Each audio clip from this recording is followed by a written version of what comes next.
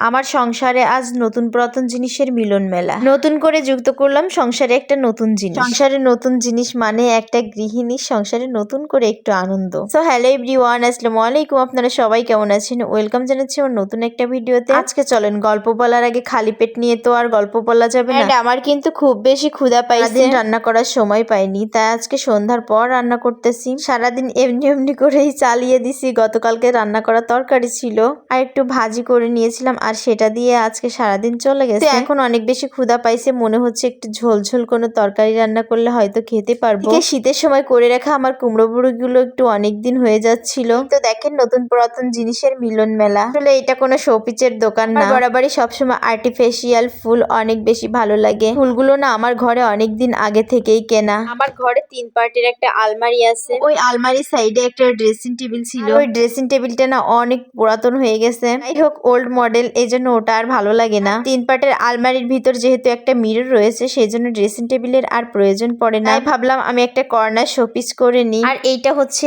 আমার নিজের ইনকামের টাকা দিয়ে কেনা, মানে কাঠ দিয়ে কাস্টমাইজ করে বানানো। শোপিস গুলো সব আমার অল শোকেসের ভিতরে ছিল। এই তো দেখেন এই যে টিউলিপ ফুলগুলো, এইগুলো কিন্তু আমার ছেলে পছন্দ করছে, বলছে আম্মু আমাদের কিছু টিউলিপ ফুল কেনা লাগবে। বিশেষ করে আমার ছেলের জন্য এই টিউলিপ ফুলগুলো কিনেছি। আর আমার ছেলেও হয়েছে আমার মতো, ঘর গোছাতে অনেক বেশি পছন্দ করে।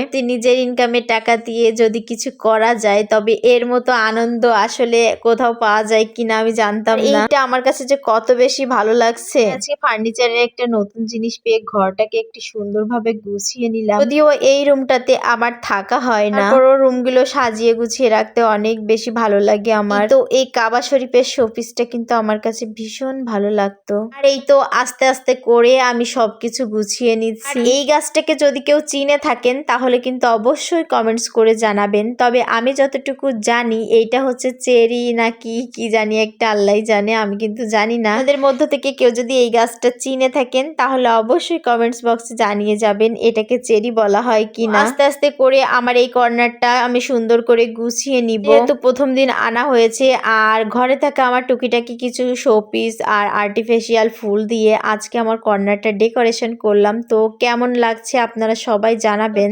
সাজিয়ে গুছিয়ে রাখলে আপনার কুড়ে ঘরটাও অনেক সময় স্বপ্নের মতো লাগে। আমার তো ঘর গোছাতে বেশ পছন্দ, আপনার কেমন লাগে? আর এই তো আমার ফুল কর্নারের একটা ডেকোরেশন দেখেন, মাশাআল্লাহ আমার তো বেশ ভালো লাগছে। আর যেহেতু নতুন নতুন জিনিসের প্রতি সবার একটা আগ্রহ থাকে বেশি, আমরা সবাই জানি এটা কিন্তু ঘরের যে কোনো একটা কর্নারে রাখতে হয়। তবে আমার কাছে মনে হয়েছিল যে এটা আমার আলমিরার কাছে ভালো মানাবে, সেই জন্য আমি হচ্ছে আলমিরার কাছে দিলাম। আমার যেহেতু কোনো ড্রয়িং রুম নাই, তার জন্য ওটাকে আমার মনের মতো করে সাজাতে পারলাম না। এই তো এইখানে এই গাছটা রাখলে অনেক বেশি ভালো লাগছে। হচ্ছে এই কর্নারের কারিগরকে বলেছিলাম যে নিচের এই সেলফটা একটু লম্বা দিতে, যাতে করে ওখানে এই প্ল্যান্টটা আমি রাখতে পারি। সেটা উনি দিয়েছে, তবে এই প্ল্যান্টটা এখানে ধরতেছে না, ওই সাইড করে আমি ওখানে ওই গাছটা রেখে দিলাম। আর এই তো দেখেন আমার ঘরটাকে একটু অনেক সুন্দর লাগছে আমার কাছে। তো আজকের মতো এই পর্যন্ত, আল্লাহ হাফেজ।